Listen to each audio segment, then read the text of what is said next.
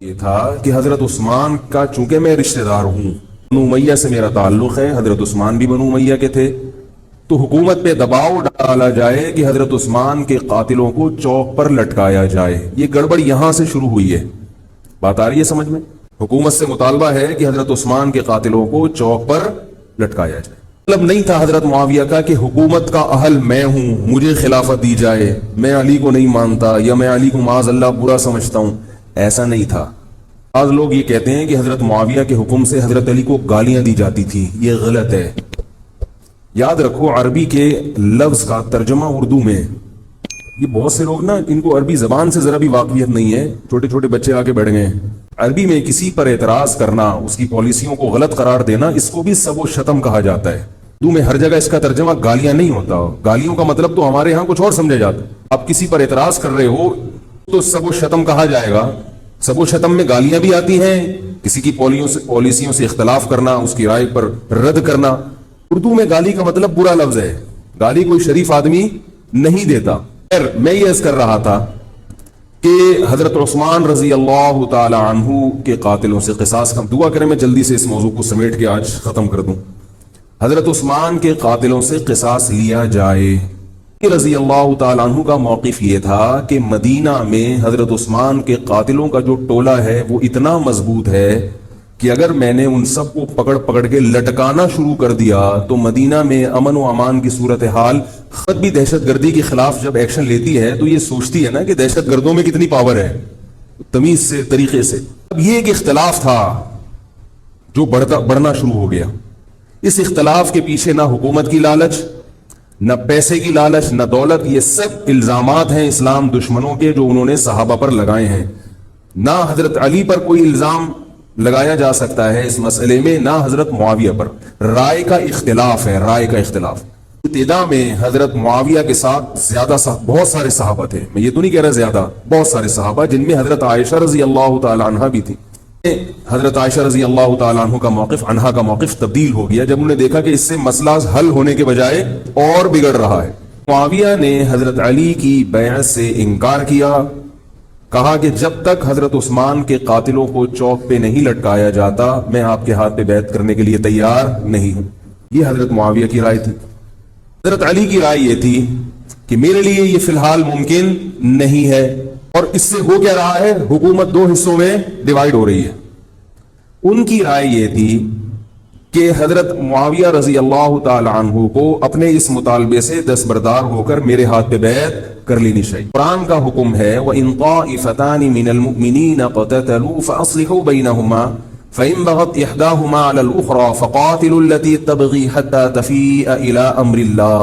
اگر مسلمانوں کا کوئی فریق بغاوت پہ اتر آئے، حکومت وقت سے لڑائی کرے، قاتل التی تبغی، تو جو طبقہ حکومت کو تسلیم نہیں کر رہا یا حکومت کے خلاف بغاوت کر رہا ہے اس سے قتال کرو۔ حضرت علی کا موقف یہ تھا کہ قرآن مجید کی یہ آیت مجھ سے مطالبہ کر رہی ہے کہ جو لوگ میرے ہاتھ میں بیعت نہیں ہو رہے جبکہ میری خلافت قائم ہو چکی ہے، تو میں مسلمانوں میں تاکہ اختلاف اور انتشار نہ ہو، میں اس فریق کو تلوار کے زور سے بیعت کرنے پر مجبور کروں۔ بات آ رہی ہے سمجھ میں کہ نہیں آ رہی ہے؟ آج تو پولیس بھی نہیں بلا سکتے، موبائل ہی نہیں ہے بھائی، بند پڑے ہوئے، ورنہ میں پولیس بلوا لیتا آج آپ کو بات سمجھانے کے۔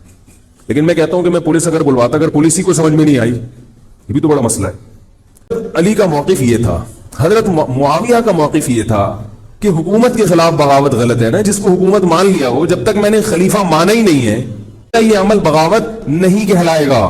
یہ اختلاف رائے ہے، اور یہ اختلاف صحابہ میں بھی ہوا ہے، تابعین میں بھی ہوا ہے، ائمہ مجتہدین میں بھی ہوا ہے، اور آج تک ہوتا آ رہا ہے۔ اس قسم کے اختلافات مکمل ختم نہیں ہو سکتے، یہ صحابہ میں بھی ہوا ہے۔ قرآن و حدیث کو سمجھنے کا اختلاف کہا جاتا ہے اس کو۔ اختلاف کے بارے میں نبی صلی اللہ علیہ وسلم کی صحیح حدیث ہے، اذا اجتہد المجتہد فإن اصاب فله اجران وإن اخطأ فله اجر واحد۔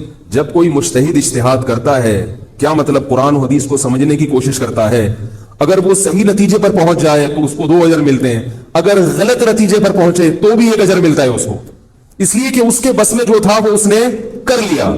اب پیغمبر تو موجود نہیں ہے جو آ کے بتائیں گے کہ یہ صحیح کر رہا ہے، یہ غلط کر رہا ہے۔ میں نے اپنے ایک استاد سے ایک مرتبہ پوچھا کہ حضرت یہ علماء میں جب اختلاف ہوتا ہے کسی مسئلے میں تو عوام بڑی پریشان ہوتی ہے. انہوں نے فرمایا کہ عوام کو یہ بتاؤ کہ ہم پیغمبر نہیں ہیں اور ہم پیغمبر سے براہ راست مسئلہ پوچھ نہیں سکتے. ہمارے پاس جو قرآن و سنت ہے اور جو فقہائے کرام نے اس قرآن و سنت کی تشریح کی ہے, جو فقہ کی کتابیں ہیں, ہم اس میں دیکھتے ہیں. اب اس میں دو علماء کی رائے میں اگر اختلاف ہو جائے تو اس اختلاف کو ختم کرنے کا ہمارے پاس کوئی راستہ نہیں ہے. نبی ہوتے تو ہم پوچھ لیتے, راستہ نہیں ہے تو بھائی اللہ کے نبی نے فرما دیا کہ جو تمہارے بس میں ہے وہ کر لو. اگر درست بات تک پہنچ گئے ڈبل اجر, نہیں پہنچے تو بھی اجر.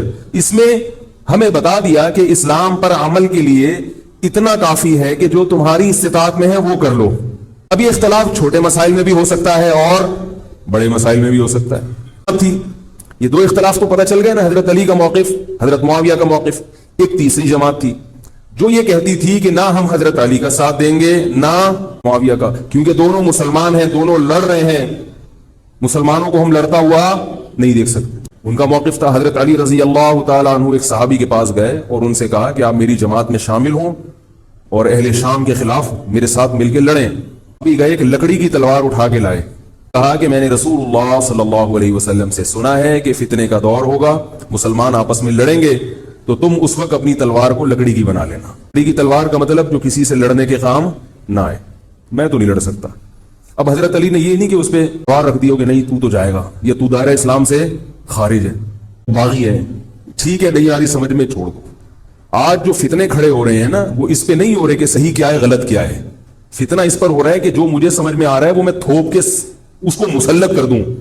مجھے اگر رفع الیدین سمجھ میں آ رہا ہے تو پوری دنیا رفع الیدین کیوں نہیں کر رہی, اور اگر مجھے ترک رفع الیدین سمجھ میں آ رہا ہے تو یہ چند لوگ رفع الیدین کیوں کر رہے ہیں. صحابہ کے دور میں رفع الیدین بھی ہوتا تھا اور ترک بھی ہوتا تھا, پھڈے نہیں ہوتے تھے. صحابہ کے دور میں زور سے آمین بھی تھی اور آہستہ آمین بھی تھی, جھگڑے نہیں تھے. صحابہ کے دور میں امام کے پیچھے فاتحہ پڑھنے والے بھی تھے اور امام کے پیچھے فاتحہ کو ناجائز اور حرام سمجھنے والے بھی تھے, مگر پھڈے بازی بولو بھائی نہیں تھی. تو حضرت علی رضی اللہ تعالیٰ عنہ نے ان صحابی کو مجبور نہیں کیا. حضرت علی کی فوج میں عمار ابن یاسر رضی اللہ تعالیٰ عنہ بھی تھے, زبیر ابن عوام, عبداللہ ابن زبیر رضی اللہ تعالیٰ عنہ, عبداللہ ابن زبیر ابن عوام.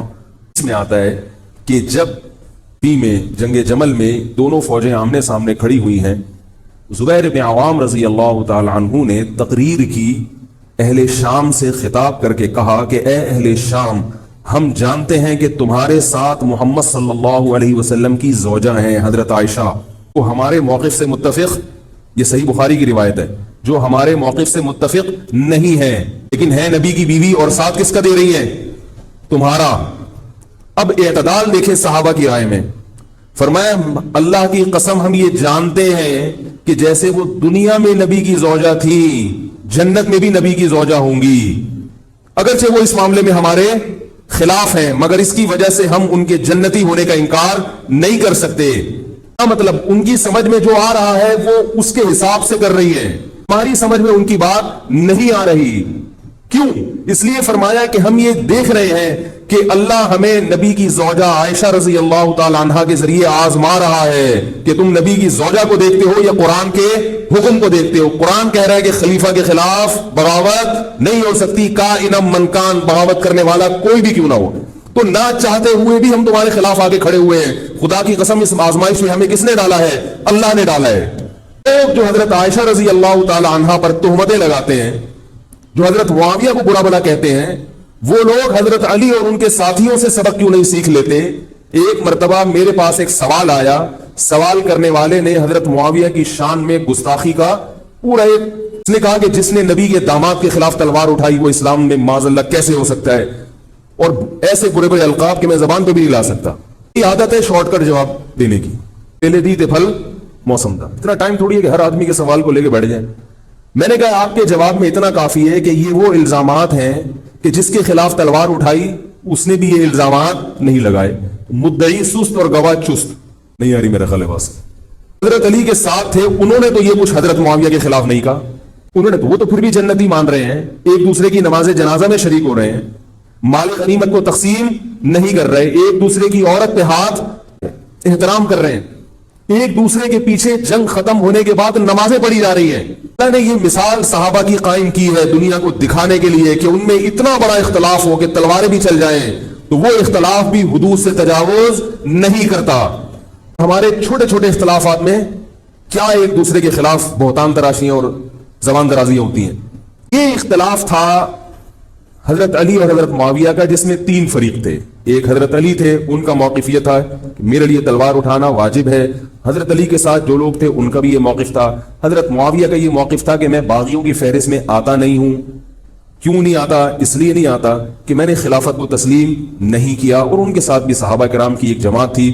اور تیسرا موقف، بہت سارے صحابہ یہ تھے جو کہتے تھے ہم کسی کا ساتھ نہیں دیں گے، دونوں طرف مسلمان ہیں، ہماری تلوار سے کسی مسلمان کا خون ہو ہم یہ برداشت نہیں کر سکتے.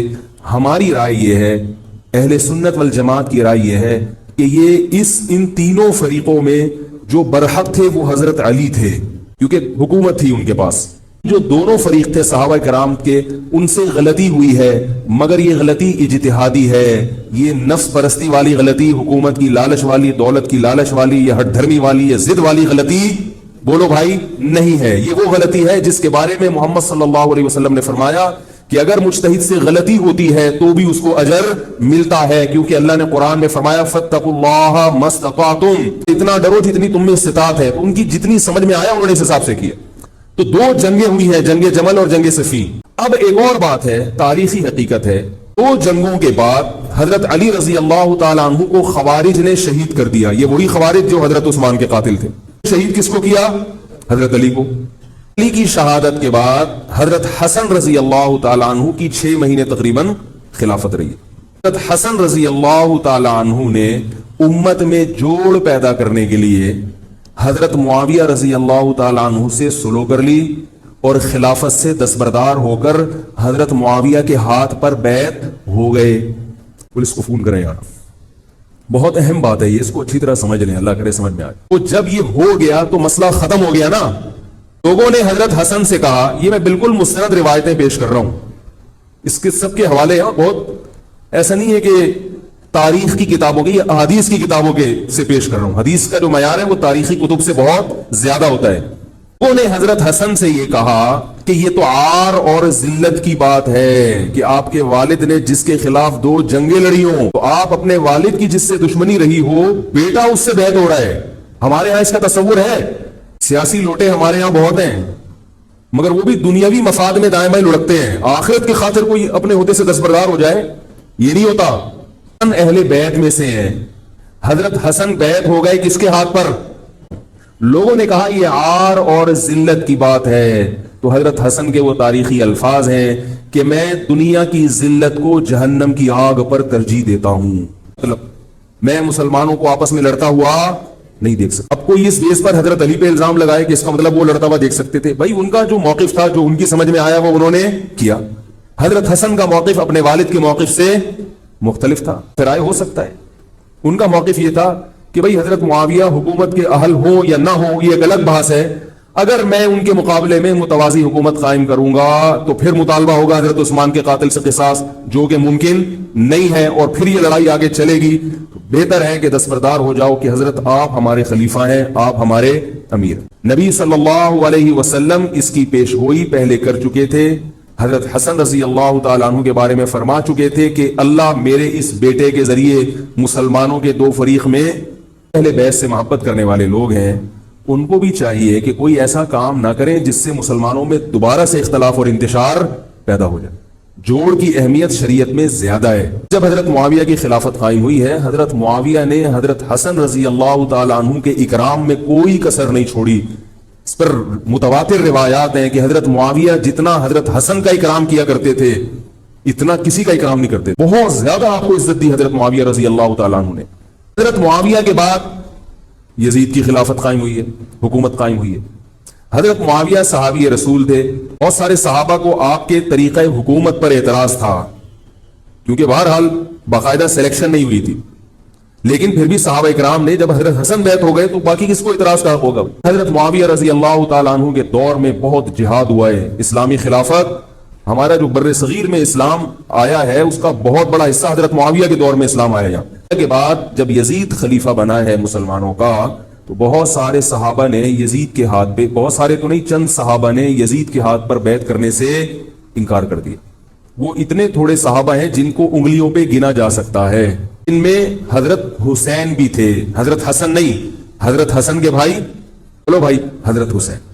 جمہور صحابہ کا موقف یہ تھا کہ یزید کا طریقہ خلافت اگرچہ غلط ہے, طریقہ حکومت اگرچہ غلط ہے, مگر رسول اللہ صلی اللہ علیہ وسلم کی صحیح احادیث موجود ہیں. نبی صلی اللہ علیہ وسلم نے فرمایا, صحیح بخاری کی حدیث ہے, اسمعوا واطیعوا ولو سلط علیکم رجل حبشی کأن رأسہ ذبیبہ. آپ صلی اللہ علیہ وسلم نے فرمایا, سنو اور اطاعت کرو اگرچہ تم پر کوئی حبشی غلام مسلط کر دیا جائے جس کا سر کشمش کی طرح پچکا ہوا ہو کسی بھی طرح سے, اور جو مسلط ہوا وہ کسی بھی لحاظ سے حکومت کرنے کا اہل نہیں ہے, غلام ہے. غلام کبھی بھی حکومت کا اہل نہیں ہوتا, اور غلام بھی حبشی, کالا کلوٹا, گوروں سے جس کو ویسے ہی تبھی نفرت ہو, بھائی ہم سارے سفید ہیں اور یہ ایک بلیک کہاں سے آ گیا دوسری قوم کا آدمی. انسان دوسری قوم کے آدمی کو قبول نہیں کرتا, قوم بھی دوسری. اور فرمایا شکل بھی اچھی نہیں ہے, بھائی حاکم کم از کم شکل کا اچھا ہو تو اطاعت کرتے ہوئے مزہ آتا ہے, شکل بھی اچھی نہ ہو تو آدمی کہتا ہے یار اس کی مانوں میں, عجیب سا ہے. یہ فطرت ہے انسان کی. لوگ کوشش کرتے ہیں امام لائیں تو شکل بھی اچھی ہو اس کی, یہ کوشش کرتے ہیں لوگ. امام میں پتہ نہیں کیا کہتے ہیں, دیکھ رہے ہوتے ہیں, شکل بھی اچھی نہیں ہے, عقل بھی نہیں ہے, سر پچکا ہوا ہے کس کی طرح, کشمش کی طرح. صحیح بخاری کی حدیث. مطلب یہ کہ کسی بھی لحاظ سے نہ لک وائز اچھا لگ رہا ہے آپ کو, نہ اس کے اندر صلاحیتیں ہیں, مگر مسلط ہو گیا, کسی نے بھی مسلط کر دیا, تو آپ نے فرمایا اب اس کے خلاف بغاوت نہیں کرنی, اس کی اطاعت کرنی ہے. آپ کہیں گے یہ کیسا حکم ہے بھائی اسلام کا, آدمی نا اہل ہے مگر اس کی مان کے چلو تو مروا دے گا. اس لیے اسلام نے حکم دیا ہے کہ اس کے پاس پاور تھی تو مسلط ہوا ہے نا, تو اب جب اس کے خلاف چلو گے تو اس سے وہ ہٹنے والا نہیں ہے, خون خرابہ کر دے گا, قتل و غارت کرے گا اور فساد پیدا کر دے گا وہ. کیونکہ اگر وہ کمزور ہوتا تو خلیفہ بنتا نہیں. وہ خلیفہ کی, حاکم کی ڈیفینیشن کیا ہے, جس کے پاس قوت نافذہ ہو. ایک دن ایک صاحب کہنے لگے مسلم لیگ کے دور میں, جنرل مشرف کے دور میں اس کو نہیں مانتا, اس کو نہیں مانتا. میں نے کہا آپ کے ماننے نہ ماننے سے کچھ نہیں ہوتا, وہ مسلط ہو گیا ہے, جس طریقے ہیلی کاپٹر سے آیا ہو یا فرشتے اس کو لائے ہوں. کہ حاکم کی جو ڈیفینیشن ہے کہ جس کے پاس قوت نافذہ ہو. قوت نافذہ اردو کا گاڑا لفظ ہے. قوت نافذہ کہتے ہیں کہ جب وہ کچھ کہتا ہو تو کر کے دکھا سکتا ہو, فوج کے ذریعے, چاہے پولیس کے ذریعے, چاہے کسی بھی طریقے. ایک آدمی کو پوری قوم نے سلیکٹ کر لیا مگر اس کی سنتا کوئی نہیں ہے, وہ کچھ کہتا ہے تو اس کے منہ سے الفاظ نکل کے ہوا میں تحلیل ہو جاتے ہیں, چلتی کسی اور کی ہے, وہ جو کہتا ہے کر کے دکھا دیتا ہے. تو اصل حاکم کون ہے, کہتا ہے اور کر کے دکھا دیتا. اب یہ ایک الگ بحث ہے کہ یہ ظالم ہے, یہ غلط طریقے سے آیا ہے. اس پر بحث ہو سکتی ہے کہ جب یہ غلط طریقے سے آیا ہے تو اس کو قانون کے دائرے میں رہ کے ہٹانے کی کوشش کی جائے, لیکن مسلح بغاوت کرنا, اس کے خلاف بندوق اٹھانا, اس کے خلاف تلوار اٹھانا, اس کی شریعت نے اجازت نہیں دی. میں یہ نہیں کہہ رہا کہ اس کی مخالفت کی اجازت نہیں دی. نبی صلی اللہ علیہ وسلم نے فرمایا سب سے بہترین جہاد ظالم بادشاہ کے سامنے حق بات کہنا ہے. جب تک آپ کو مخالفت کی اجازت ہے کہ بھائی یہ جو وزیر اعظم کا بیان آیا ہے یہ بیان ملک کا بیڑا غرق کر دے گا, ان کی پالیسیاں صحیح, جیسے آج کل ہو رہا ہے کہ اخباروں میں کالم نگار اپنی اپنی رائے لکھتے ہیں حکمرانوں کے بارے میں, لکھنے کی حد تک, بولنے کی حد تک ہے. مسلح دستہ لے کے بغاوت کرنے پر آ جائیں, اس کی شریعت نے اجازت, بول لو بھائی کچھ نہیں ہوتا. قرآن اور سنت سے بات ثابت ہے, اس کی شریعت نے اجازت نہیں دی ہے, کیونکہ آپ یہ کریں گے تو اللہ نے دنیا کو اسباب کے ساتھ جوڑا ہوا ہے. آپ کے پاس کچھ بھی نہیں ہے, نہ آپ کے پاس ٹینک ہے, نہ آپ کے پاس آرمی ہے, نہ آپ کے پاس پولیس ہے, آپ کے پاس صرف جذبہ ہے. خالی جذبہ اگر کارآمد ہوتا تو نوح علیہ الصلوۃ والسلام اور آپ کے ساتھ جو 40 افراد تھے ان میں بہت جذبہ تھا, مگر ایک طرف پوری دنیا تھی. اللہ نے جہاد کا حکم نہیں دیا. اللہ تعالیٰ نے اس دنیا کو صرف جذبات کے ساتھ یا ایمان کے ساتھ منسلک نہیں کیا, اس دنیا کو دارالاسباب بنایا ہے. جذبے کے ساتھ ساتھ کچھ طاقت اور قوت بھی ہونی چاہیے, اور یہ قوت حکومت کے پاس ہوتی ہے, پبلک کے پاس.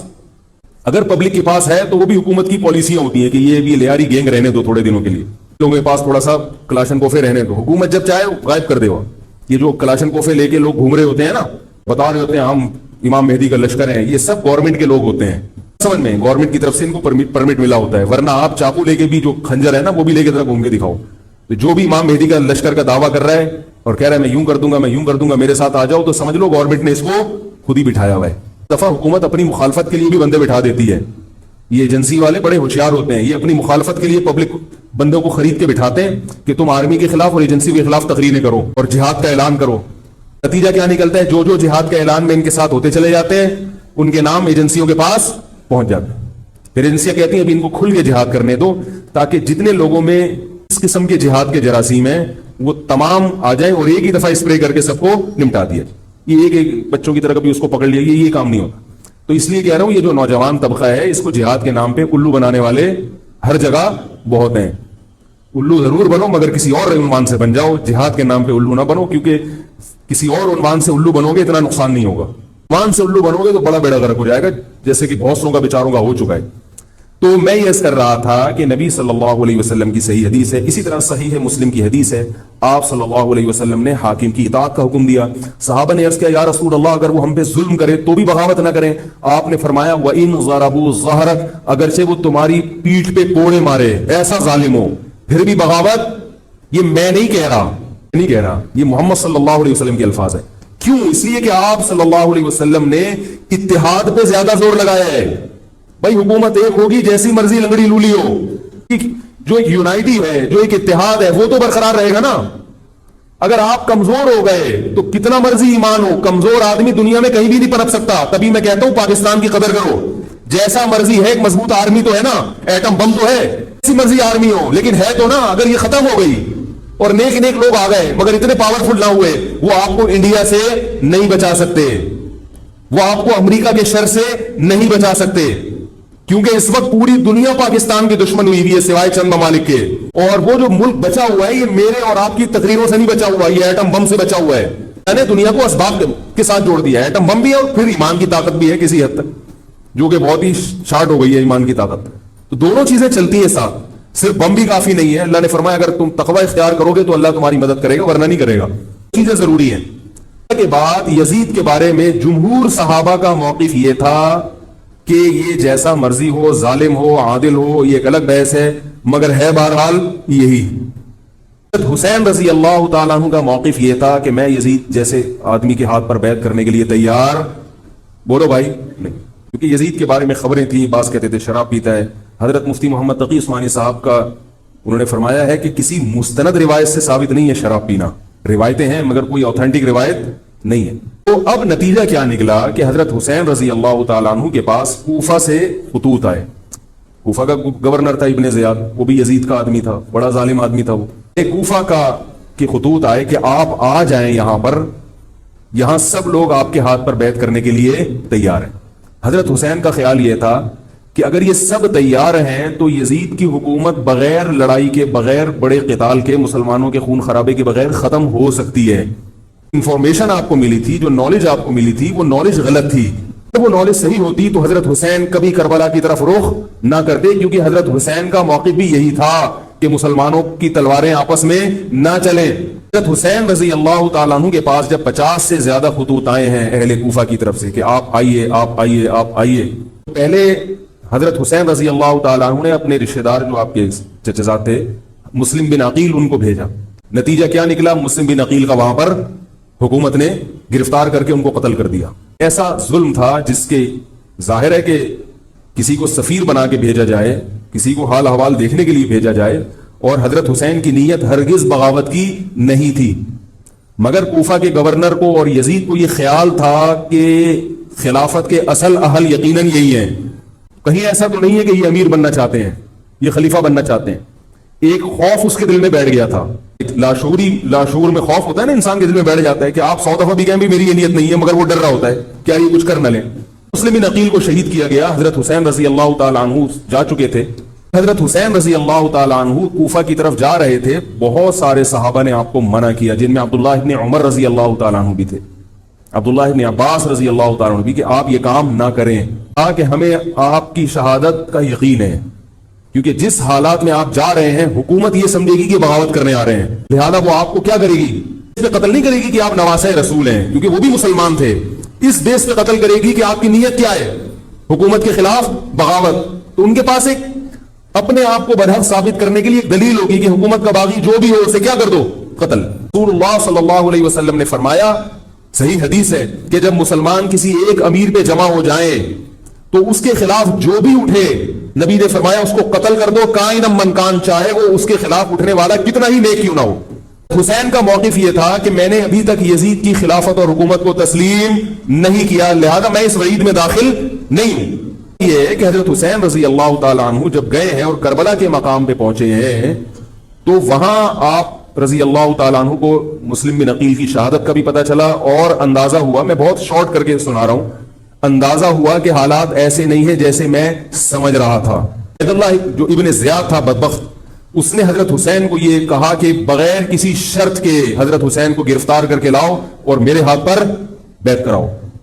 یہ رسول اللہ صلی اللہ علیہ وسلم کے نواسے کی توہین تھی کہ آپ صلی اللہ علیہ وسلم کے نواسے ہیں اور ان کے ساتھ ایسے معاملہ کیا جائے جیسے ایک عام شخص کے ساتھ معاملہ کرتے ہیں، ان کو گرفتار کر کے معاذ اللہ گھسیٹ کے لاؤ اور میرے ہاتھ پر بیعت پر ان کو مجبور کرو۔ حضرت حسین رضی اللہ تعالیٰ عنہ کا کربلا کے میدان میں موقف یہ تھا کہ میں اگر بیعت ہوں گا تو ڈائریکٹ یزید کے ہاتھ پہ بیعت ہوں گا جو مسلمانوں کا خلیفہ ہے، ابن زیاد کے ہاتھ پر بیعت نہیں ہوں گا۔ یہ بھی اس تاریخ کا ایک اہم پہلو ہے کہ حضرت حسین نے کوفہ جانے کا ارادہ ترک کر دیا اور کربلا سے شام جانے کا آپ رضی اللہ تعالیٰ عنہ نے ارادہ کر لیا۔ مورخین نے لکھا ہے کہ حضرت حسین جو واپس آ رہے تھے تو وہ کربلا سے گزر رہے تھے، وہ واپسی کا راستہ ہی شام کا راستہ ہے۔ یہ بات میرے خیال سے وہ جس ٹریک پر چل رہے تھے وہ راستہ کون سا ہے؟ وہ شام کو جاتا ہے۔ یہ اس کی علامت ہے کہ آپ یزید سے ملاقات کے لیے، مذاکرات کے لیے تیار بولو بھائی ہو چکے تھے کہ میں خود براہ راست یزید سے مل کے حال احوال دیکھتا ہوں، اگر مجھے سمجھ میں آیا تو میں اس کے ہاتھ میں بیعت ہو جاؤں گا۔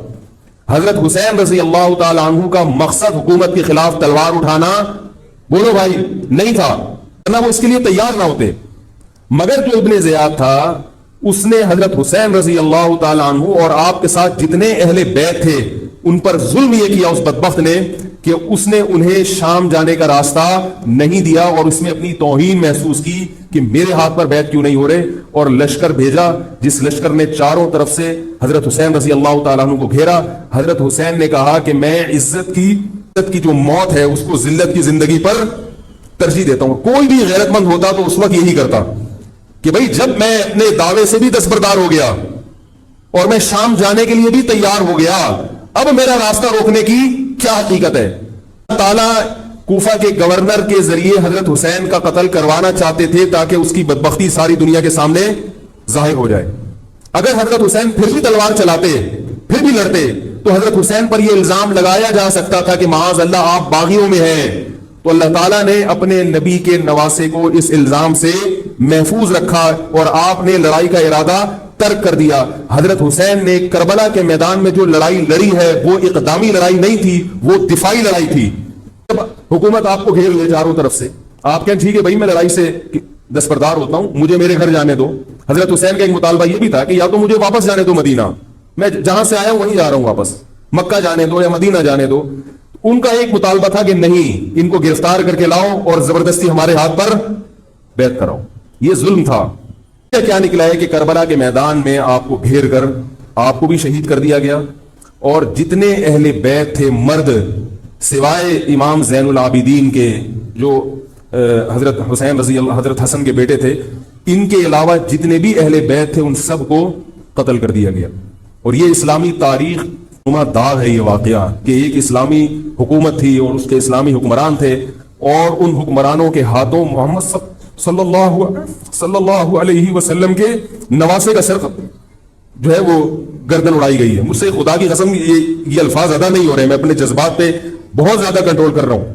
وہ منظر کیا ہوگا جب نبی صلی اللہ علیہ وسلم کے نواسے آپ صلی اللہ علیہ وسلم کے نواسے کی گردن اڑائی گئی ہوگی۔ تو یہ بہت ایک اسلامی تاریخ میں ایک بدترین واقعہ ہے۔ لیکن بات یہ ہے کہ جب یہ واقعہ ہو گیا اور قتل کر دیا گیا، جتنے بھی جو زندہ بچے تھے اہل بیت وہ یزید کے پاس لے جائے گئے۔ روایات میں آتا ہے کہ یزید نے ان کا اکرام کیا اور ان کو عزت کے ساتھ تحفے تحائف دے کر واپس کیا۔ واقعات میں جو ظلم کی داستانیں اضافی بیان کی جاتی ہیں اس کا مستند تاریخی روایات سے کوئی ثبوت لو بھائی نہیں۔ اب لوگوں نے اپنی دکانیں چمکا لی ہیں، پانی نہیں تھا، کئی دنوں سے کھانا نہیں ملا۔ صحیح روایات سے ثابت ہے کہ حضرت حسین رضی اللہ تعالیٰ عنہ کربلا کے میدان میں وضو کر کے نماز پڑھتے تھے، تو پانی تھا تو، اور بعض نے یہ کہا کہ اہل بیت کی عورتوں کی عزتیں اچھالی گئی ہیں۔ اس طرح کی باتیں کر کے اہل بیت سے محبت کا اظہار کر رہے ہو یا ان کی توہین کر رہے ہو؟ کوئی عزت دار پاک دامن عورت ہو بالفرض اس کی عزت پہ ڈاکہ ڈلتا ہے بالفرض، تو آپ اس بات کو چھپاؤ گے نا، آپ جھوٹ بولو گے، بولو گے نہیں بھائی اس کی عزت پہ کوئی آنچ نہیں آئی ہے۔ عورت کی عزت کو آپ کوئی تار تار کر دیں اور آپ ممبر پہ بیٹھ کے اس کو بتا دو تو وہ عزت تار تار ہونے سے اتنی بے عزتی نہیں ہوگی جتنی اس بات کو بیان کرنے سے اس کی بے عزتی ہوگی۔ حقیقت یہ ہے کہ کسی مستند روایت سے ثابت نہیں ہے کہ اہل بیت کی عورتوں کی عزتوں کو اچھالا گیا، وہ نبی کے گھرانے کی عورتیں تھیں، ان کا ناخن بھی کوئی نامحرم مرد نہیں دیکھ پاتا تھا۔ دوپٹہ اتر گیا زینب کا اور زینب کی چادر چھن گئی، یہ سب غلط ہے، یہ سب من گھڑت باتیں ہیں۔ چونکہ وہ بہرحال مسلمان تھے جو حضرت حسین کے خلاف لڑ رہے تھے، ظالم تھے، اس میں کوئی شک نہیں ہے، اس سے بڑا ظلم اس کائنات میں ہوا نہیں ہوگا کہ ایک شخص جو اپنے آپ کو مسلمان کہتا ہے اور وہ نبی کے نواسے کو قتل کر دے اور اہل بیت کو قتل کر دے۔ اسلامی سیاست میں اتنی گندی تاریخ ہمیں کبھی بھی نہیں ملتی۔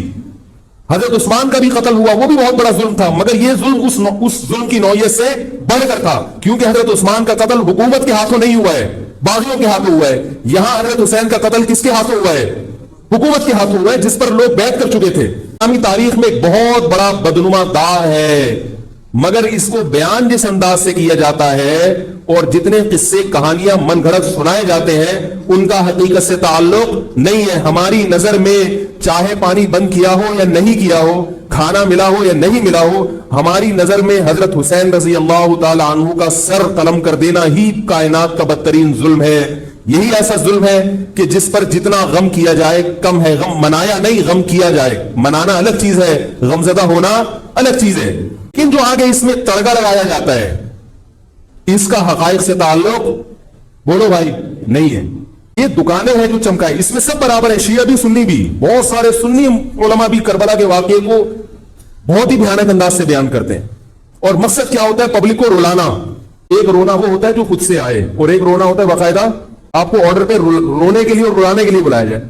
رمضان میں نے بتایا تھا نا کہ میں نے ختم قرآن پہ دعا کی تو مجھے رونا آ گیا، بہت زیادہ رونا آیا۔ اگلے دن ایک صاحب کہنے لگے مولوی صاحب آج بھی ایسی ایک دعا ہو جائے۔ میں نے کہا میں آرڈر پہ نہیں روتا۔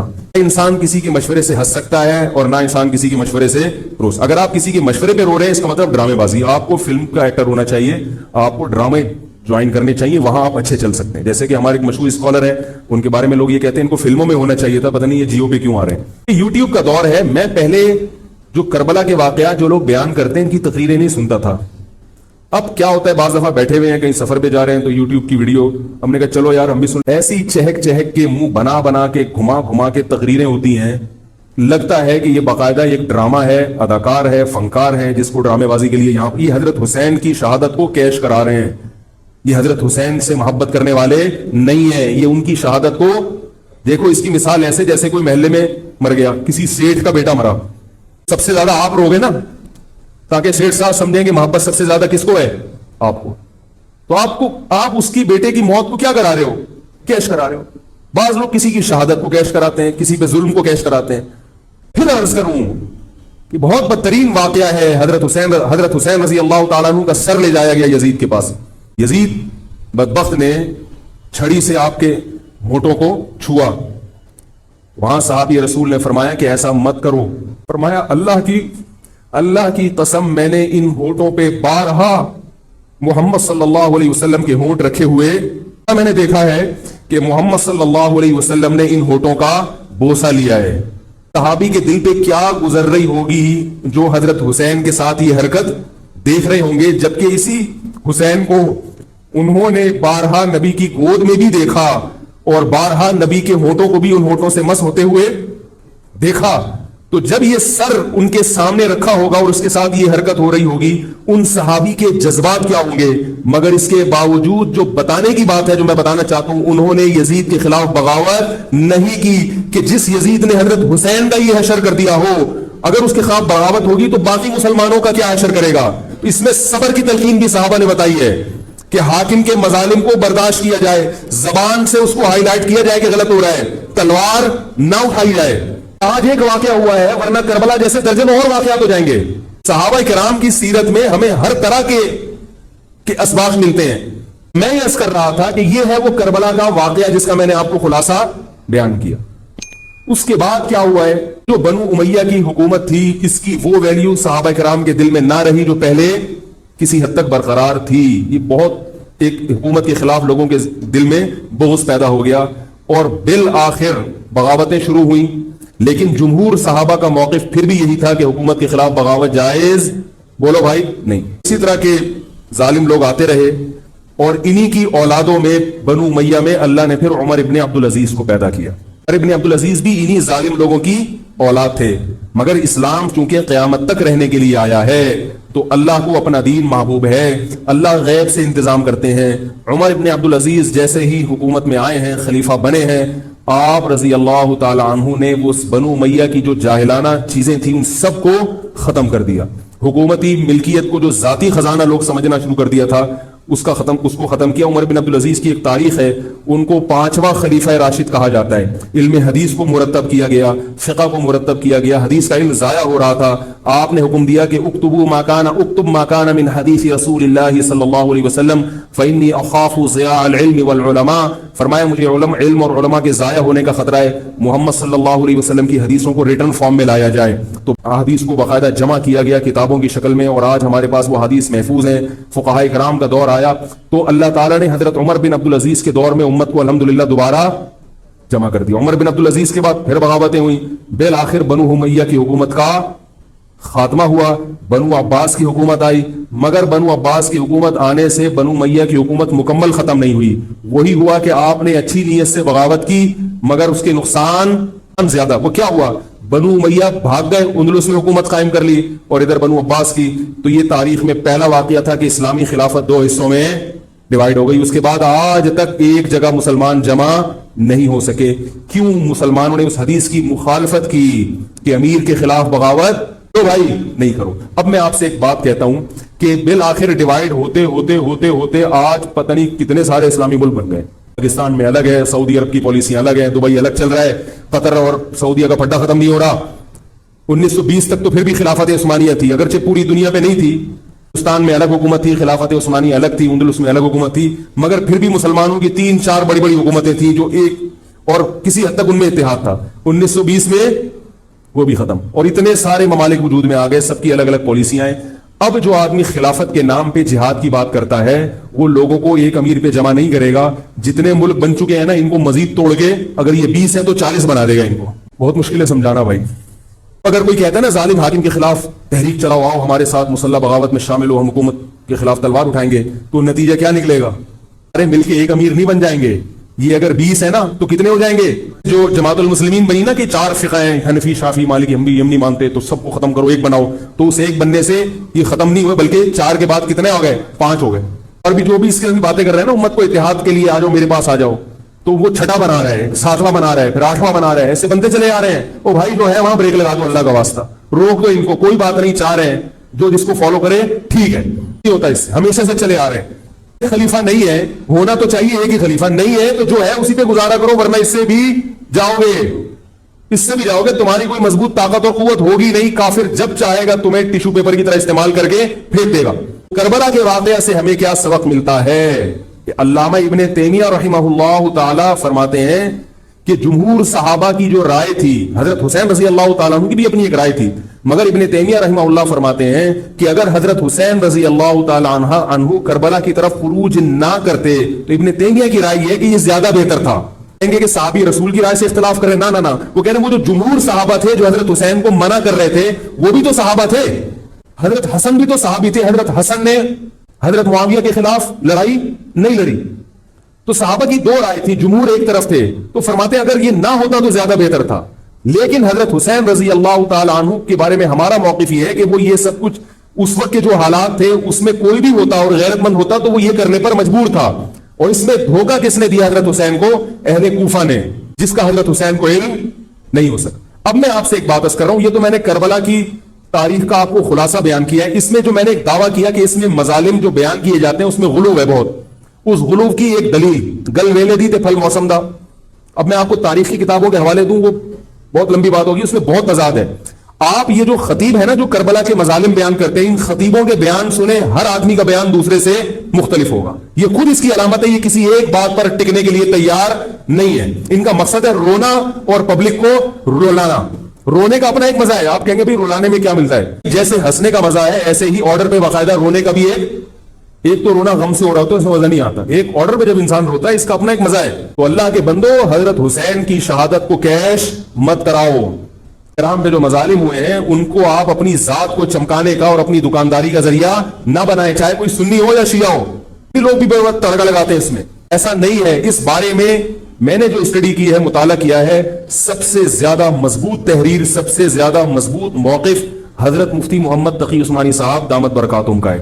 حضرت مفتی محمد تقی عثمانی صاحب دامت برکاتہم کی شخصیت ایسی ہے. دیکھو جو مولوی ہوتا ہے نا وہ مولویوں کو سمجھتا ہے، پبلک نہیں سمجھتی. ڈاکٹر کو پتا ہے نا کہ کون سا ڈاکٹر اچھا ہے کون سا گڑبڑ ہے. عام آدمی تو اس کو اچھا سمجھے گی، اچھا سمجھیں گے جو لوگوں کو، پبلک کو نہیں پتا ہوتا کہ کس میں کتنا دم ہے. بھائی سونار کو پتا ہوگا نا کہ یہ اصلی سونا ہے یا ہمارے جاننے والے ہیں کباڑ.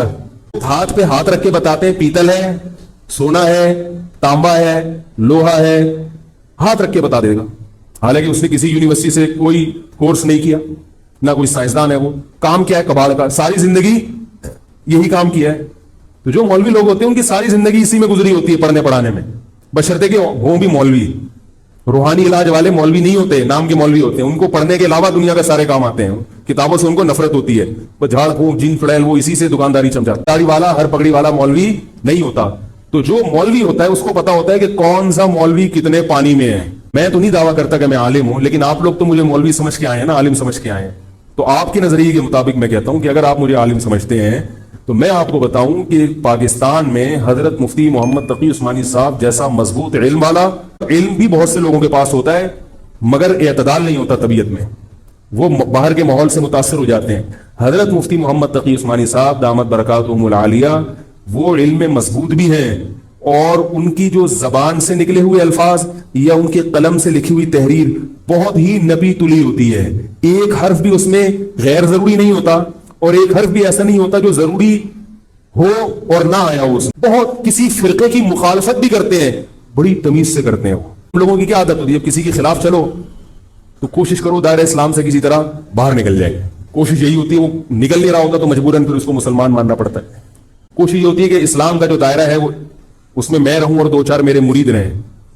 لیکن چونکہ پبلک اس کو مانتی نہیں تو مجبوراً ان کو بھی دائرہ اسلام میں داخل کرنا پڑتا ہے. تو حضرت مفتی محمد تقی عثمانی صاحب کی جو تحریریں ہیں بڑی جاندار ہوتی ہیں. ان کو پڑھا کرو اللہ کے بندو. عالم کا یوٹیوب سے نہیں پتا چلتا کون مفتی ہے کون کیا ہے. حضرت مفتی تقی عثمانی صاحب کی پاکستان میں اتنی عزت نہیں ہے جتنا غیروں نے ان کو عزت دی ہے. سعودی عرب میں جاؤ، امام حرم ان سے مسائل پوچھتے ہیں. ایک صاحب نے مجھے بتایا کہ میں نے امام حرم کو 25 منٹ تک ان سے فون پہ بات کرتے ہوئے دیکھا اور ان سے مسائل پوچھتے ہوئے. عرب علماء ان کی قدر کر رہے ہیں، شیعہ میں ان کی قدر ہے، پاکستان میں لوگوں کو ان کا پتہ ہی نہیں. میں یہ نہیں کہہ رہا کہ وہ ان سے کوئی خطا ہو ہی نہیں سکتی. تکافل کے معاملے میں حضرت مفتی محمد تقی عثمانی صاحب کی جو رائے ہے، تو میں تو بہت ہی چھوٹا آدمی ہوں، میں یہ نہیں کہہ سکتا، لیکن جن علماء کی رائے ان کے خلاف ہے میرا موقف بھی وہی ہے. میں تکافل کے معاملے میں حضرت مفتی تقی عثمانی صاحب کی رائے کو ہم لوگ صحیح نہیں سمجھتے. لیکن بہرحال اجتہادی اختلاف ہے کہ اس معاملے میں حضرت سے اجتہادی غلطی ہوئی ہے. میری نہیں، میں تو بہت چھوٹا آدمی ہوں ان کے مقابلے میں، لیکن ہمارے بڑوں کی رائے ہے. اور اس کی جو میں نے ٹوٹی پھوٹا جو اس میں تحقیق کی ہے، مجھے بھی تکافل کے ناجائز ہونے پر اطمینان ہے. بہت اس میں بحث کی ہے، دارالعلوم کے علماء سے بھی ملا ہوں. حضرت مفتی محمد تقی عثمانی صاحب دامت برکاتہم کے ساتھ جو مجلس ہوئی جامعۃ الرشید کے علماء کی 3 گھنٹے، اس مجلس میں بھی میں موجود تھا. تو میں نے دونوں طرف کے دلائل بہت اچھی طرح سے سنے ہیں، تو مجھے اس کے ناجائز ہونے پر اطمینان ہے. لیکن مسئلہ اختلافی ہے، تو جب بڑے حضرات میں جو بڑے علماء ہیں ان میں جب اختلاف ہوتا ہے تو پھر عوام کو چاہیے کہ جس کی رائے پہ ذل زیادہ مائل ہو رہا ہے اس کی رائے کو فالو کر لے، کسی دوسرے پر اعتراض نہ کرے. بات آ رہی ہے سمجھ؟ انشورنس کا متبادل ہے نا تکافل، پاقدر تکافل، یا یہ سب میری رائے میں یہ سب ناجائز ہے. کبھی بیان کروں گا کیوں ناجائز ہے. تو بیان تو نہیں کرنا چاہیے، ان اختلافی مسائل کو ممبر پہ نہیں لانا چاہیے، لیکن یہ کہ اب ہر عالم تک اپنی بات پہنچانا بڑا مشکل ہے. تو میں چاہتا ہوں ایک بیان ایسا ہو تاکہ علماء تک بات پہنچ جائے. پھر علماء جب دونوں طرف کے دلائل رکھ کے فیصلہ کر لیں گے جس عالم کی جو رائے بنے، تاکہ دوسرا پہلو سامنے آ جائے. ابھی تو صرف جواز کا پہلو لوگوں کے سامنے آ رہا ہے، عدم جواز والا نہیں آ رہا. تاکہ دونوں پہلو آئیں، پھر علماء کی جو رائے بنے گی، جو جس کی رائے کو فالو کرتا ہے، ٹھیک ہے بھائی. تو میں یہ کر رہا تھا، حضرت مفتی محمد تقی عثمانی صاحب بہت بڑے عالم ہیں، ان کی قدر کر لیں. ان کی تحریریں بڑی معتدل ہوتی ہیں اور ان کی رائے بہت ہی معتدل ہوتی ہے اور بہت مدلل ہوتی ہے. تو کربلا کے بارے میں، یزید کے بارے میں جو حضرت مفتی محمد تقی عثمانی صاحب کی رائے ہے وہ وہی ہے جو میں نے آپ کے سامنے بیان کی ہے. بات آ رہی ہے؟ کہہ رہے کہ میں نے ان کی تقلید میں یہ سب بیان کیا ہے. تو اس کے بعد ان کی رائے، یہ جو میں عرض کر رہا ہوں نا کہ یہ جو کربلا کے واقعات بیان کیے جاتے ہیں، ہر خطیب کا بیان دوسرے خطیب سے مختلف ہے. یہ خود اس کی علامت ہے کہ دال میں کچھ کالا کالا ہے، یہ ایک جگہ ٹکتے کیوں نہیں ہے. تو اب میں ایک بات عرض کروں. اسی طرح یزید کے بارے میں لوگ سوال پوچھتے ہیں یزید کیا، تو یزید کے بارے میں بھی دونوں طرف ہماری رائے کے حساب سے غلو ہے. یزید کے دور میں حضرت حسین کا قتل یقیناً ہوا ہے، مگر کسی ایک مستند روایت سے یہ ثابت نہیں کہ یزید نے حکم دیا تھا حضرت حسین کو قتل کرنے کا. یہ کہیں بھی روایت میں ثابت گورنر کے حکم سے قتل ضرور ہوا ہے، لیکن کیا یزید نے اس کا آرڈر دیا تھا؟ مستند روایت میں ثبوت بولو بھائی نہیں ملتا. لیکن اس بنیاد پہ یزید کو رحمت اللہ علیہ کہنا یہ بھی غلط ہے. یزید کے بارے میں کسی مستند روایت سے نہیں ملتا کہ اس نے قتل کا حکم دیا تھا یا قتل کروایا تھا. لیکن قتل ہونے کے بعد یزید نے اس گورنر کے خلاف ایکشن نہیں لیا. عثمان کے قاتلوں کے بارے میں تو یہ تھا کہ ان کو لٹکایا جائے، حضرت حسین کے قاتلوں کو کیوں نہیں لٹکایا؟ کیونکہ نہ یزید کہہ سکتا ہو کہ میرے بس میں نہیں ہے، بس میں نہیں ہے. تو بھائی آپ کے بس میں اگر نہیں ہے تو حضرت علی کے بس میں بھی نہیں تھا حضرت عثمان کے قاتلوں سے قصاص لینا. تو اس لیے یزید کو بالکل معصوم قرار دینا یہ بھی غلط ہے. وہ مجرم تھا، لیکن اس کو اتنا لعنتی قرار دے دینا کہ گویا حضرت حسین کو اس نے قتل کرایا تھا، اس کا بھی کسی تاریخی مستند روایت سے ثبوت نہیں ملتا. لہذا صحیح بات یہ ہے کہ نہ لعنت اللہ علیہ کہو نہ رحمت اللہ علیہ کہو. خام خواہ میں فضول چیزوں میں پڑھنے کی. کے دن آپ سے یزید کے بارے میں سوال، میرے سے کسی نے پوچھا کہ یزید کے بارے میں آپ کیا کہتے ہیں. میں نے کہا آپ کو چائنا کے بارے میں پتا ہے؟ وہ کہہ رہے وہ تو کافر ہیں. میں نے کہا چلو مسلمانوں کے علامہ اقبال کے بارے میں پوری رپورٹ ہے آپ کے پاس. تاریخ میں لاکھوں شخصیات ایسی ہیں جن کے بارے میں آپ کو ان کے بارے میں بھی اگر نہیں پتا ہو تو میرا خیال ہے کوئی پریشان ہونے کی ضرورت نہیں ہے. تو یہ کربلا ایک واقعہ تھا، ایک اسلامی تاریخ میں ایک بدترین واقعہ رونما ہوا اور یہ واقعہ ختم ہو گیا. ہمیں جو قرآن اور سنت نے جس بات کا حکم دیا ہے ہمیں وہ کرنا ہے. بات آ رہی ہے سمجھ میں؟ ہمیں کیا کہا ہے؟ نماز قائم کرنی ہے، اسلام کے 5 ارکان ہیں. کربلا کا واقعہ دنیا میں وجود میں آتا تو بھی 5 نمازیں پڑھنی تھی، وجود میں نہیں آتا تو حضرت حسین کی شہادت اس لیے بھی ہوئی ہے کہ اللہ کے نبی نے ان کو شہید قرار دے دیا تھا. اللہ نے آپ کو اس منصب تک پہنچانا تھا جس منصب کی گواہی محمد صلی اللہ علیہ وسلم دے چکے. بعض دفعہ کوئی مقصد نہیں ہوتا، ایک مقصد ہوتا ہے کسی کو اونچے درجے تک پہنچانا. غزوہ احد میں 70 صحابہ شہید ہوئے. اللہ نے اس کی حکمت یہ بھی بیان کی وَيَتَّخِذَ مِنْكُمْ شُهَدَاءَ، اللہ تم میں سے بہت سو کو شہادت کے درجے پر فائز کرنا چاہتا. حکومت تھی حضرت حسین رضی اللہ تعالیٰ عنہ کو اللہ تعالیٰ نے شہادت کے مرتبے پر پہنچایا اور ظالم حکمرانوں کے مرتبے کو گھٹانا تھا. تو یہ کام ہو چکا. اب ہمیں کیا کرنا ہے؟ ہمیں جو قرآن و سنت ہے اس کو فالو کرنا ہے.